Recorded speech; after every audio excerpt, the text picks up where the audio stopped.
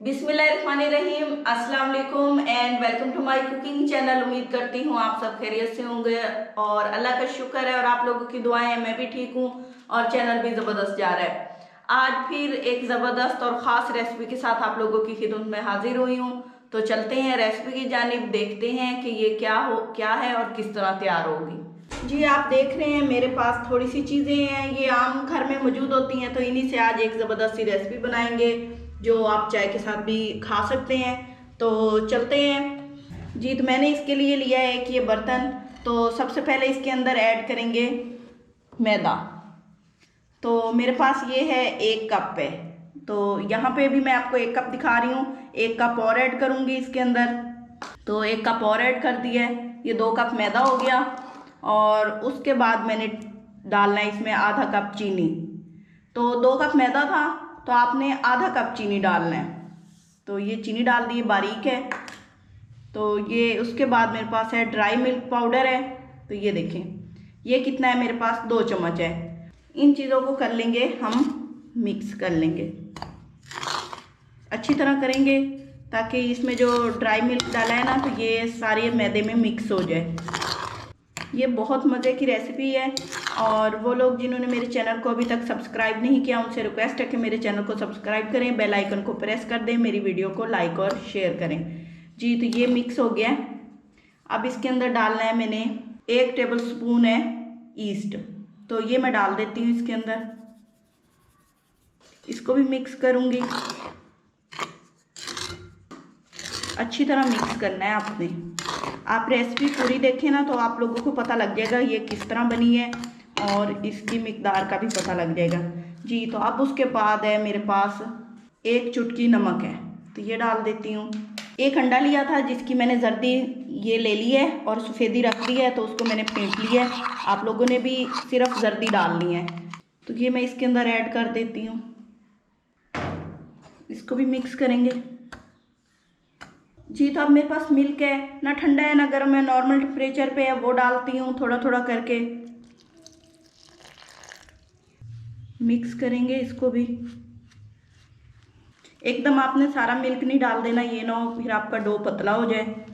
आपने जैसे आटा गूंदते हैं ना वैसे ही करना है जी। तो जिस तरह आटा गूंदते हैं उस तरह आपने गूंद लेना है और मैं आपको दिखा दूँ, ये देखें इस तरह होना चाहिए जी। तो डो तैयार हो गया है। अब क्या करना है, आपने इसके अंदर 2 चम्मच घी डालना है या बटर है, जो भी अवेलेबल है आप वो डाल दें। तो ये मैं डाल देती हूँ।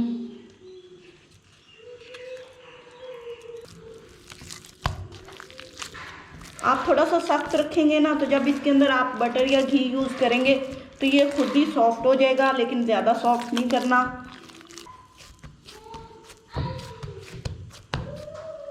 जी। तो माशाल्लाह से आटा मैंने गूंद लिया है और थोड़ी देर इसको रख देते हैं और उसके बाद नेक्स्ट स्टेप पे आएंगे जी। तो अच्छी तरह गूंदने के बाद इसको मैंने ऐसे सेट कर लिया है और इसे मैं थोड़ा सा फैला लूँगी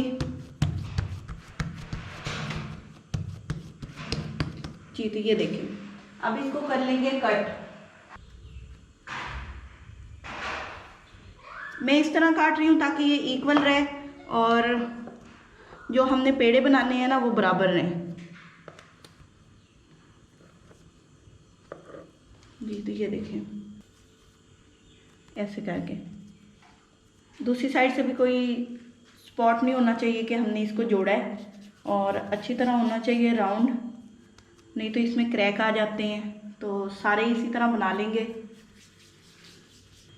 जी। तो 2 कप मैदे से 8 पेड़े तैयार हुए हैं और अब मैंने इनके नीचे क्या किया है, इनके नीचे थोड़ी सी डस्ट कर दी है मैदे से ही। तो उसके बाद इसको रख देते हैं तकरीबन 10 से 15 मिनट में। तो ये राइज हो जाएंगे। आपको पता है मैंने इसके अंदर ईस्ट डाली है, अगर आपने बेकिंग पाउडर डाला है तो आप फ़ौरन ही इसको यूज़ कर सकते हैं, अदरवाइज़ आप इसमें ईस्ट यूज़ कर रहे हैं तो आपको इसको 10 से 15 मिनट रेस्ट के लिए रखना है कि ये राइज हो जाए जी। 10 से 15 मिनट मैंने इसे रखा था, अब ये सेट हो गया। अब नेक्स्ट स्टेप की तरफ चलते हैं। तो इस तरह एक को उठा लेंगे, साइड पे करते हैं। ये मेरे पास कुछ मैदा है, मैं इसमें इसको कर लेती हूँ ऐसे करके ना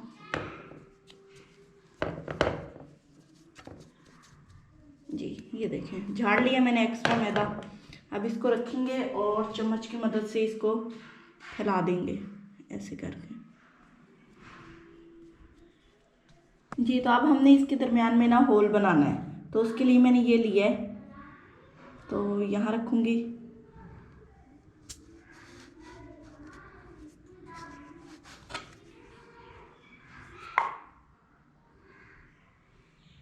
माशाल्लाह से ज़बरदस्त तरीके से बन गया है और देसी जुगाड़ काम आया है। हमारे पास ये बोतल थी जिससे हमने ये बना लिया है।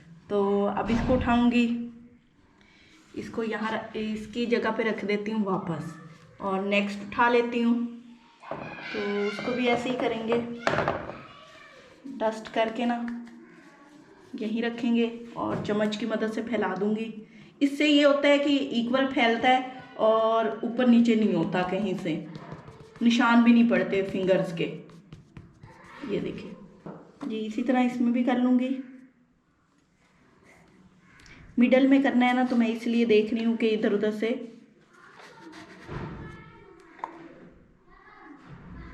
ये भी ज़ाया नहीं होगी, इससे भी हम कुछ बना लेंगे। तो ये इसको भी रखती हूँ यहाँ पे। ये तो इसको ऐसे तैयार कर लिया और रख लिया है। अब फिर इसको कवर कर देंगे, तो मज़ीद इसको रखेंगे आधा घंटा। तो आधे घंटे में ये हमारे थोड़े से राइस हो जाएंगे और उसके बाद बताएंगे कि क्या करना है। ये तो काफ़ी टाइम हो गया इसको रखे हुए और ये राइस हो चुके हैं। आप लोगों ने भी कोशिश करनी है कि इसको ऐसी जगह पे रखें जहाँ पे हीट हो। तो ठंडा मौसम है तो थोड़ा सा टाइम लगता है। तो जी अब क्या करते हैं, इसको फ्राई करते हैं। जी तो ऑयल मैंने गर्म कर लिया है, तो एक डोनट उठाते हैं, उसको ऑयल में डाल दिया है मैंने। जी तो इसकी साइड चेंज करते हैं। ये देखें जी, एक से ये बहुत जल्दी फ्राई हो जाती हैं।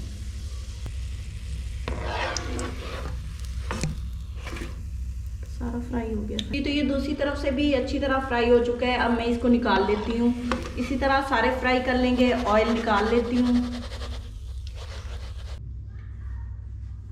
जी तो माशाल्लाह से ज़बरदस्त से डोनट्स तैयार हैं। और अब क्या करना है, अब मैंने इनके ऊपर शुगर कोट करनी है। तो इस तरह एक उठा लूँगी और इस तरह इसको ना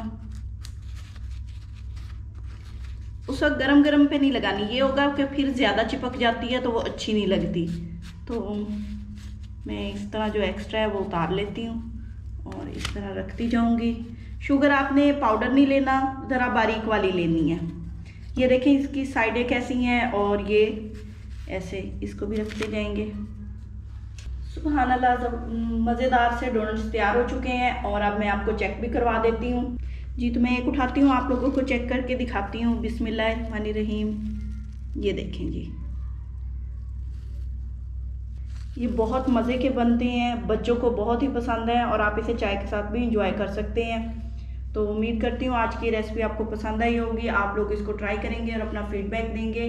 दुआओं में याद रखेंगे। अल्लाह हाफिज़।